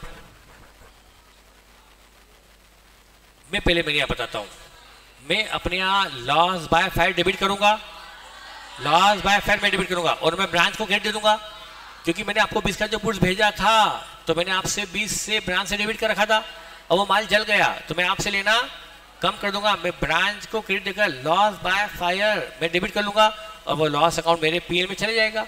तो मैं एंट्री करूंगा loss by fire to branch, मतलब मैं आपको क्रेडिट दूंगा और आप मुझे डेबिट दोगे। आप एचओ डेबिट करोगे और गुड्स फ्रॉम एचओ या अपना ट्रेडिंग अकाउंट क्रेडिट कर दोगे, या तो अपना ट्रेडिंग अकाउंट क्रेडिट कर दोगे या गुड्स फ्रॉम एचओ, या तो गुड्स फ्रॉम एचओ या ट्रेडिंग। आया समझ में? नहीं समझ में आया? देखो ये गुड्स अभी आपके ट्रेडिंग में है कि नहीं, ये गुड्स आपके कहाँ है, ट्रेडिंग में, पर जल चुका तो आप अपने ट्रेडिंग से कर दो क्रेडिट और एचओ में कर दो डेबिट। ये है लॉस की एंट्री। तो ये एंट्री बहुत स्पेशल थी, इंटर ब्रांच ट्रांजेक्शन। क्या आपको क्लियर हो गई? Is it okay? ठीक है। तो ये था बेसिक इंटर ब्रांच ट्रांजैक्शन की जर्नल एंट्री, मैं आपको पीडीएफ भेज दूंगा। आप इसको अब घर पे क्या करोगे, एक आंख बंद करोगे, नहीं एक आंख से ऐसा नहीं होगा, कैसे करोगे, मतलब आपको ये एंट्री पढ़नी है और ये ट्रांजेक्शन पढ़ना है और एंट्री सोचनी है, तो आप एक आंख बंद करके नहीं हो पाएगा। मतलब आप समझ के क्या कर लोगे कि ये भी समझाना पड़ेगा मुझे कैसे, तो पहले ट्रांजेक्शन पढ़ोगे, एंट्री मन में सोचोगे, फिर टिपोगे। टिपना तो है, देखना तो है, देखे बगैर पेट भरता नहीं, क्योंकि हमें अपने ही भरोसा नहीं है। दुनिया हम पर भरोसा करे, चाहते हैं कि दुनिया हम पर बिलीव करे, पर अपने आप पर खुद कोई बिलीव नहीं है। तो आप पहले क्या करो, ट्रांजेक्शन पढ़ो, एंट्री सोचो, फिर चेक करो कि आप करेक्ट हो या इनकरेक्ट, और करेक्ट नहीं है तो गलती अपनी दुरुस्त करो। एक बार गलती करना सीख गए, पता पड़ जाएगा कि ये गलती हमसे हुई है, अगली बार वो नहीं होगी। तो ये सारी चीज़ें आपको घर पर जाके रिवाइज करना चाहिए, मैं आपको भेज दूंगा ये वाला पीडीएफ। अब आता है पहला चैप्टर जो मैं आज निपटा देना चाहता हूँ। मैं हेड ऑफिस हूँ ए, आप है ब्रांच बी, और एक ब्रांच और है ब्रांच सी। अब सी ब्रांच भी है, डी ब्रांच भी है, ई ब्रांच भी है, ऐसी B C D E branches हैं, और मैं हेड ऑफिस ए हूँ। अब आप बी सी डी ई आपस में ट्रांजेक्शन करते हैं, पर आपस में जो ट्रांजेक्शन करते हैं मैं चाहता हूँ कि मेरी निगाहों से हो, मेरे कंट्रोल में हो, मेरे सुपरविजन में हो। तो आप भले बी सी डी ई आपस में ट्रांजेक्शन करो, पर उसकी इंटीमेशन मुझे भेजो और उसकी अकाउंटिंग मेरे थ्रू करो। आप यदि केस बी सी को भेज रहे हो तो आप ये मानो कि आपने केस मुझे भेजी और मैंने सी को भेजी। आपने केस सी को भेजी तो आपकी केस कम हुई, सी की केस बढ़ी, पर माना जाएगा कि आपने मुझे भेजी और मैंने सी को भेजी, तो मेरे थ्रू होंगे इंटर ब्रांच ट्रांजेक्शन। ये इतना इजी है, इतना इजी है कि जिसको पढ़ने में आपको कोई तकलीफ 1% भी नहीं होगी, समझेगा बेटा। उस केस में अब आप क्या होगा, जो हमें क्वेश्चन दिए गए हैं मॉड्यूल में और एग्जाम में आए हैं, वो एकमात्र क्वेश्चन आया है। मैं एग्जाम ओरिएंटेड चलूँ तो बस मुझे उसी पे ध्यान देना है। मैं क्या करूंगा, बी सी डी ई, आपकी जो ब्रांचेस है बी सी डी, आपके बीच जो ट्रांजेक्शन हो रहे हैं उनको मेरे थ्रू अकाउंट करूंगा। तो देखिए, आप जब सी को केस भेजेंगे तो आप क्या एंट्री पास करेंगे, आपने केस सी ब्रांच को भेजी तो आप करोगे एचओ डेबिट टू कैश। आप ये बोलोगे कि नरेशन में लिखा जाएगा कि cash remitted to C branch, लेकिन लिखोगे एचओ टू कैश। नरेशन इसीलिए होता है कि एंट्री दिखती कुछ और है और अंदर कुछ और है। तो आप करोगे एचओ टू कैश, ऐसा लग रहा है कि आपने कैश एचओ को भेजी, जबकि नरेशन में लिखा है कि कैश आपने सी ब्रांच को भेजी, और सी ब्रांच क्या करेगी, कैश टू एचओ करेगी, वो मतलब सब कुछ मेरे थ्रू होगा। समझ में आ गया। तो अब इसमें बस एक चीज है, अब मुझे पता है कि कैश आपने इसको भेजी, तो आपने कैश वहां भेजी है तो इसकी असेट बड़ी है, आपकी असेट, तो मैं आपसे लेना कम कर दूंगा, सी से लेना, मैं सी ब्रांच को डेबिट दे दूंगा और बी ब्रांच को जिसकी असेट बढ़ती है उससे लेना बढ़ाता हूं, और जिसकी असेट कम होती से लेना। तो मैं यदि उस ट्रांजेक्शन को मैं रिकॉर्ड करूंगा तो मैं सी ब्रांच को डेबिट करके ए ब्रांच को बी ब्रांच को क्रेडिट दूंगा। ये है accounting in HO books of inter branch transaction. Is it clear. तो अब जिस भी ब्रांच से लेना पड़े डेबिट करो, जिससे लेना कम हो। अब तो यहां पर अब देखिए, ये तो मैंने बताई है, ये मैंने एंट्री बता दी है कि क्या क्या होगा। अब यहां पर क्या करना है, जैसे मैंने गलती से मैंने A branch B branch C branch ले ली, चलेगा। अब वो भूल जाओ एग्जांपल। अब दूसरा एग्जांपल, ए ब्रांच है, बी ब्रांच है, सी ब्रांच है और मैं हेड ऑफिस हूं, मेरी ए ब्रांच भी है, बी ब्रांच भी है, सी ब्रांच भी, आपस में आपका ट्रांजेक्शन हो रहा है। मैं क्या करूंगा, मैं आप एबीसी ब्रांचेस बिल्कुल फोकट फ्री हो, कुछ भी काम धंधे नहीं, पर मेरे पास तो काम है ना, मैं तो बिजी पर्सन हूँ। आप आपस में ट्रांजेक्शन करते रहते हो, ये भेजा, गुड्स भेजा, कैश भेजी, बीआर भेजा, माल मंगा लिया, ये कर लिया, वो कर लिया, उसके एक्सपेंस पे कर दिए, मैं इतनी एंट्री कहाँ करूंगा। तो मैंने क्या सोचा, आप करते रहो, मैं मंथ के एंड में एक एंट्री कर लूंगा। मैं एग्जाम ओरिएंटेड चल रहा हूँ, तो उस केस में मैं एक एंट्री करना चाहता हूँ मंथ के एंड में, तो उसके लिए मुझे पूरे महीने एक स्टेटमेंट मेंटेन करना पड़ेगा। तो मैं ये स्टेटमेंट बना रहा हूँ जो उस एंट्री के साथ एज ए वाउचर लग जाएगा। उस एंट्री का अमाउंट कैसे निकला वो ये स्टेटमेंट प्रोड्यूस करेगा। तो ये स्टेटमेंट है statement of inter branch transaction, A branch B branch C branch, उसका debit column credit column, debit column credit column मैंने बनाया। जैसे ए ब्रांच ने बी ब्रांच को 10 का माल भेजा, तो मैं ए ने भेजा है तो ए को दूंगा क्रेडिट और बी को दूंगा डेबिट। फिर बी ने सी को कैश भेजी तो बी को दूंगा क्रेडिट, सी को दूंगा डेबिट। फिर acceptance send by A to C, acceptance send by, acceptance मतलब ये ना वो एकोमोडेशन बिल आ जाता है। मैंने कहा था जो प्रैक्टिस में एक्चुअल में नहीं है, दुनिया से हट चुका एकोमोडेशन बिल, पर ये अभी भी चले जा रहा है ब्रांच में। आप हैं ए ब्रांच, वो है बी ब्रांच, आपने एक्सेप्टेंस बी को दी, आपने acceptance send by A branch to, आपने सी ब्रांच को एक्सेप्टेंस दी, मतलब उसने बिल आप पर ड्रॉ किया, आपको वैसा देन लेन करना नहीं था, उसको फंड की जरूरत थी, उसने आप पर बिल लिखा, आपने एक्सेप्ट कर लिया, तो आपके लिए क्या हो गया, और एक्सेप्ट करके आपने सी को दे दिया और सी ने उसको बैंक से डिस्काउंट करके कैश ले ली, तो कैश किसकी बढ़ी और बाद में पेमेंट किसको करना पड़ेगा, आपको करना पड़ेगा, क्योंकि आपने एक्सेप्टेंस दी है। तो अब मैं क्या करूंगा, किसकी एसेट बढ़ रही है, तो मैं सी को क्या करूंगा, डेबिट, और आप पेमेंट करोगे तो आपकी एसेट कम होगी, तो मैं आपको दूंगा क्रेडिट। तो क्या एंट्री होगी, मैं आपको क्या दूंगा, ए को दूंगा क्रेडिट और सी को दूंगा डेबिट। समझ में आया। अब B R received by C from B, C को बी आर मिला किससे, तो किसकी एसेट कम हुई, बी की एसेट कम हुई, तो बी को दूंगा मैं क्रेडिट, और सी की एसेट बढ़ी उसको दूंगा डेबिट। और मैं मंथ के एंड में देख लूंगा नेट क्या है, नेट ए को 25 की क्रेडिट है, नेट बी को 10 की डेबिट भी है, 12 की क्रेडिट भी है, तो नेट में बी को 2 की क्रेडिट दूंगा, सी को 27 की डेबिट है, तो नेट 27। समझ में आया आपको। इस तरह से अकाउंटिंग होगी फॉर इंटर ब्रांच। तो inter branch transaction independent branch का ऐसा चैप्टर है जिसको हमें 5 मिनट में, इसको हम एग्जाम में जाने के पहले रिवाइज करके जा सकते हैं। इवन एग्जाम में जाने के पहले रिवाइज की जरूरत भी नहीं है, ये इतना ईजी है। पूरे मंथ ये स्टेट बनता रहेगा और मंथ के एंड में नेट अमाउंट से एंट्री हो जाएगी C debit to A to B. ये था inter branch transaction in case of independent branch. ये तो इजीली क्लियर हो गया होगा, इसमें कुछ है नहीं। तो ये तो अब एग्जाम आप घर जाकर स्टॉक डेट भी कर सकते हो और इंडिपेंडेंट ब्रांच का ये क्वेश्चन जो है वो भी कर सकते हो, ये भी हो जाएगा। ठीक है, अब इंटर ब्रांच तो खत्म होता है। अब यहां पर आता है, यदि मेरी बुक्स में आपसे लेना कुछ अलग आ रहा है और आपकी बुक्स में देना अलग आ रहा है, तो उसे रिकॉन्साइल करना पड़ता है। अभी रिकॉन्साइल कहाँ करना पड़ता है ये मैं आपको बताऊंगा आगे। मुझे क्रिस्टल क्लियरिटी के लिए बताना पड़ेगा कि ये जरूरत कहाँ का पड़ती है। तो देखिए, एचओ बुक्स में ब्रांच से मैं 70 लेना दिखा रहा हूँ, मैं एचओ ब्रांच से 70 लेना दिखा रहा हूँ, लेकिन ब्रांच एचओ को 55 देना दिखा रही है। 15 का कुछ है, कुछ तो है, 15 का कुछ तो है। तो नीचे लिखा है there is goods in transit of 10,000 from HO to branch.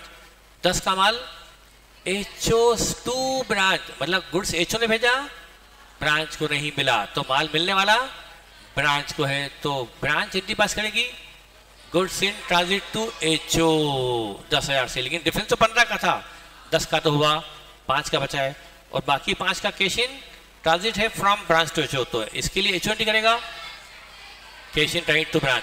तो एचओ की बुक्स में लिखा जाएगा बाय कैश इन ट्रांजिट, और ब्रांच की बुक्स में लिखा जाएगा बाय गुड्स इन ट्रांजिट। तो अब ब्रांच की अच्छा ये तो हो गया, लेकिन साथ में एक पॉइंट और जो मैंने पता नहीं कहां से लिख दिया, यहां पर वो लिखा नहीं है। अब बैलेंस रिकॉन्सिल हो गया, अब बैलेंस, अब मैं आपसे 70 नहीं 65 लेने दिखा रहा हूं, 70 नहीं 65, और आप मुझे 55 नहीं 65 देना दिखा रहे हो। 55 से ये 65 हुआ ना, ये 55 और 10 65, आप मुझे 65 देना दिखा रहे हो और मैं आपसे 65। लेकिन एक चीज तो ऐसी है जो न मैंने लिखी ना आपने लिखी, बताता हूं मैं, सुनो। आप पुणे ब्रांच में हेड ऑफिस इंदौर हूं, एक असेट मेरे यहां रखी हुई है जो आपकी है, उसका अकाउंट मेरे यहां है, मैं गलत बोल दिया, असेट तो आप क्या है, अकाउंट मेरे यहां है, आपकी असेट का अकाउंट मेरे यहां है, उस पर डेप्रेशन 8,000 बनता है, उसकी एंट्री ना आपने की है ना मैंने की है। तो अब मुझे भी करनी पड़ेगी। तो मैं एंट्री करूंगा ब्रांच टू फिक्स्ड असेट, मैं करूंगा ब्रांच टू, और आप करेंगे डेप्रिसिएशन डेबिट टू एचओ, तो आप लिखेंगे बाय डेप्रिसिएशन। अब आप और हमारा बैलेंस अभी भी रिकॉन्साइल है। Is it clear? Preferably to record item of transit in the books of recipient.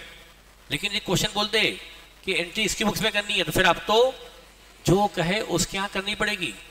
Preferable है रिसिपेंट के एंट्री करो, लेकिन क्वेश्चन कहे तो आपको जैसा कहे वैसा करना पड़ेगा। Is it clear? बताऊं क्या उसको भी?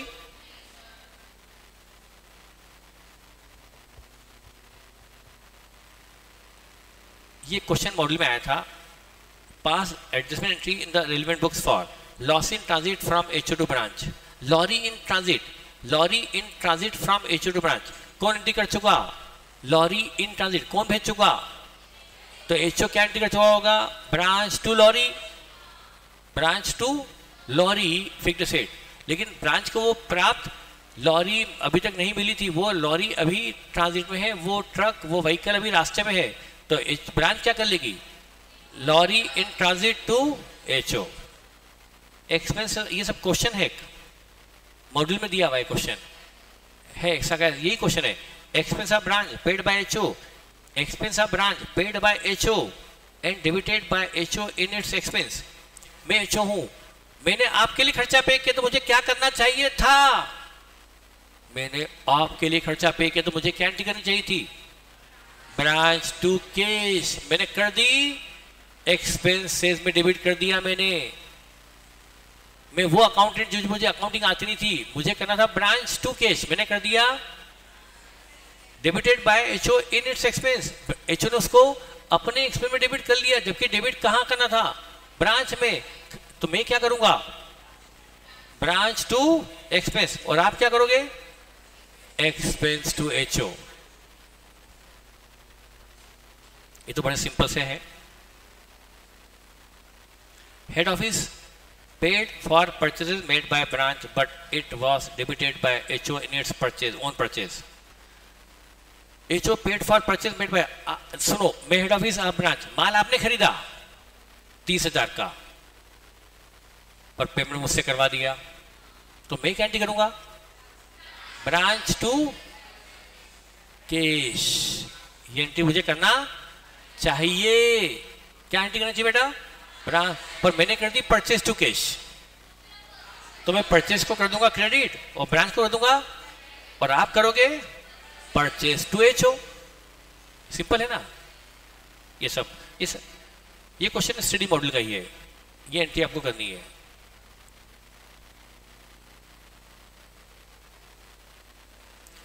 टाइम हो गया क्या?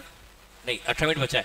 तो मैंने आपको अभी इंडिपेंडेंट ब्रांच में एंट्री बता दी, एडजस्टमेंट एंट्री बता दी, रिकॉन्सिलिएशन कैसे किया था वो बता दिया, और इंटर ब्रांच बता दिया। अब बेटा जो जो लेस इंपॉर्टेंट एस्पेक्ट है, मैं एक चीज आपको बता दूं।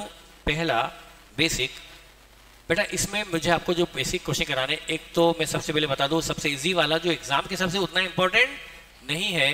नंबर 1 है, आप पुणे ब्रांच है, बुक्स आपकी है, आपके यहाँ लेजर है, आपके यहाँ टीबी है, और अब आपको अपने यहाँ बुक क्लोज करनी है, तो मुझे सिखाना है बुक क्लोजर एट ब्रांच।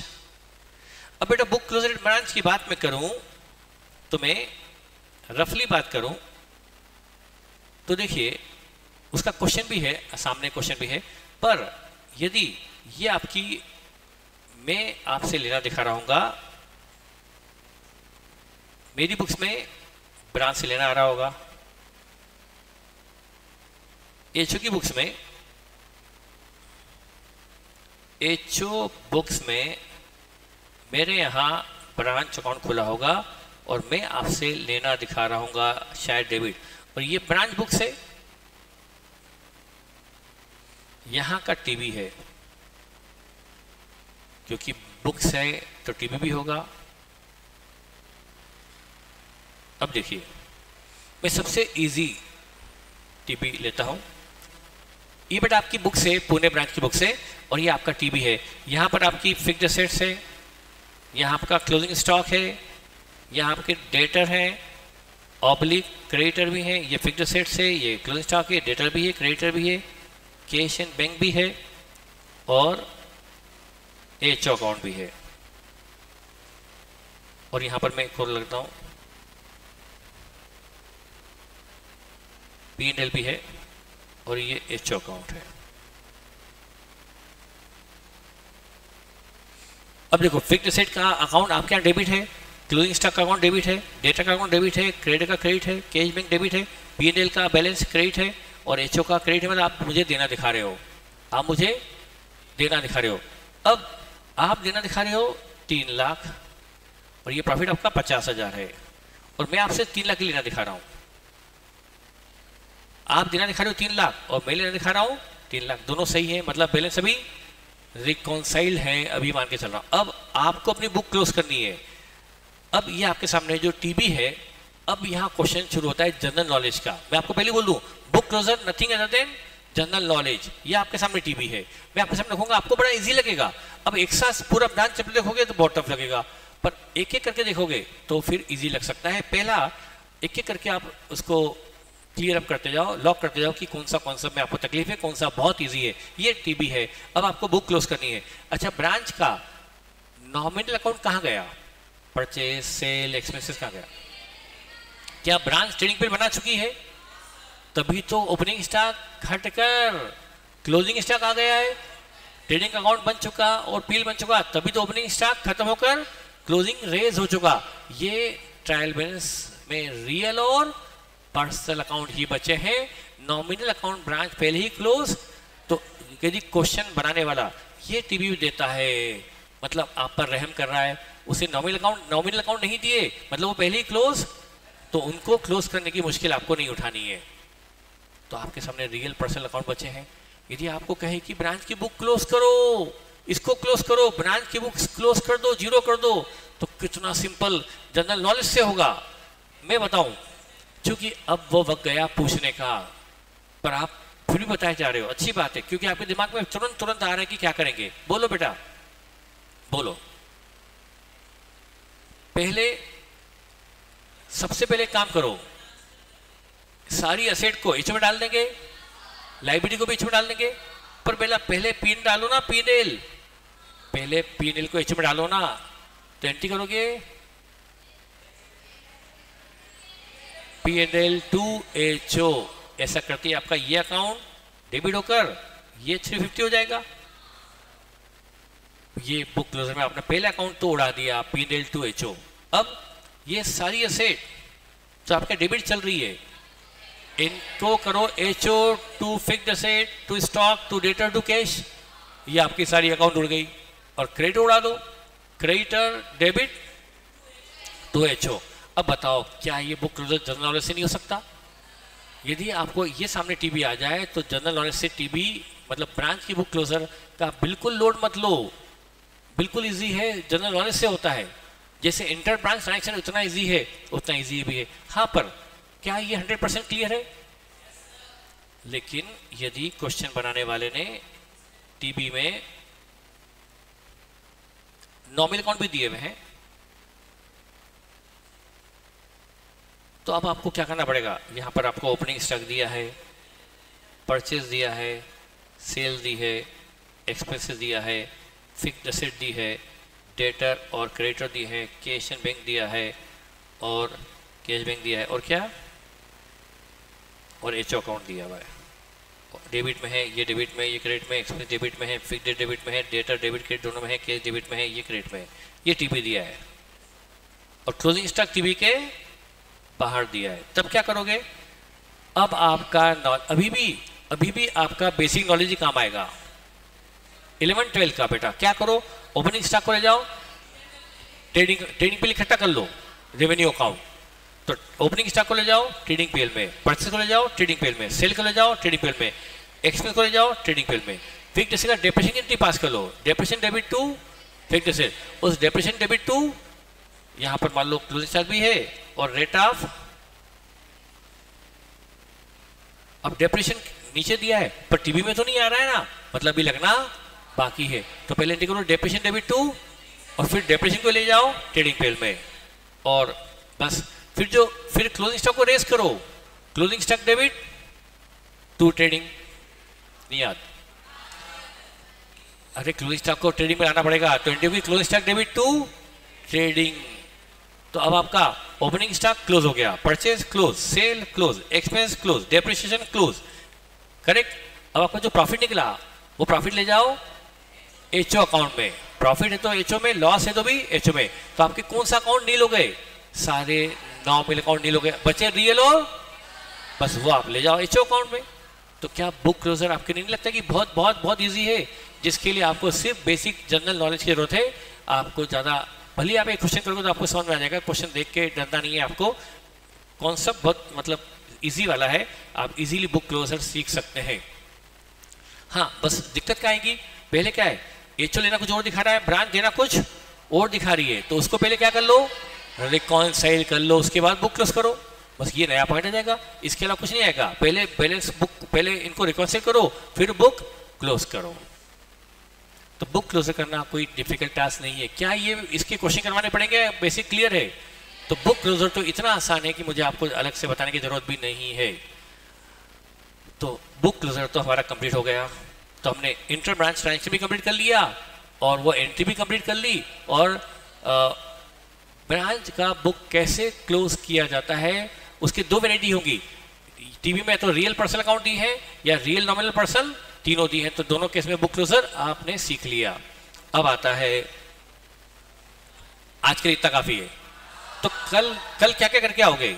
एक तो स्टॉक डेटर, और जो मैंने क्वेश्चन आपको दिया था स्पेशल, उसको स्टॉक डेटर करके आना नंबर 1। बाकी मॉडल के क्वेश्चन कम है, स्टॉक डेटर के मॉडल में कम है।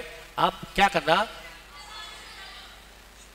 पास एग्जाम क्वेश्चन भी होंगे ना आपके पास।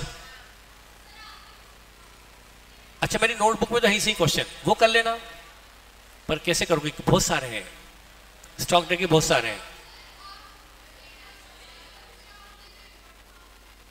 तो मुझे आपको क्वेश्चन भेज दूं, मतलब ठीक है, मैं स्टॉक डेटर के कौन से क्वेश्चन करना भेज दूंगा। एक तो मैंने जो क्वेश्चन दिया वो करोगे आप, हैंडमेड, वो तो करो आप, बाकी मैं स्टॉक डेटर के क्वेश्चन भेज दूंगा कि इसको कर लो, काम खत्म, बस वो हो जाएगा। और एक करना है ब्रांच, इंटर ब्रांच ट्रांजेक्शन भी कंप्लीट करना है और ब्रांच का बुक क्लोजर भी करना है। तो ये क्वेश्चन करके आइए। तो अब बचा क्या हमारे डिपेंडेंट ब्रांच में, how branch balances are to be incorporated in HO books. आपके बैलेंस मैं अपनी बुक्स में कैसे लाऊं, ये बचा है, और फाइनल अकाउंट अप्रोच बचा है, और फॉरेन ब्रांच बचा है। तो ये हमारा अगले 1.5 घंटे में हो जाएगा, नेक्स्ट 1.5 आवर में वो भी हो जाएगा। ठीक है बेटा, तो हम कोशिश करके जल्दी कर लेंगे, शायद कल ही कर लें, ताकि आपका चैप्टर खत्म हो जाए। तो कल तक आप ये सारी चीजें कर लो, टारगेट है, हो जाएगा। Thank you.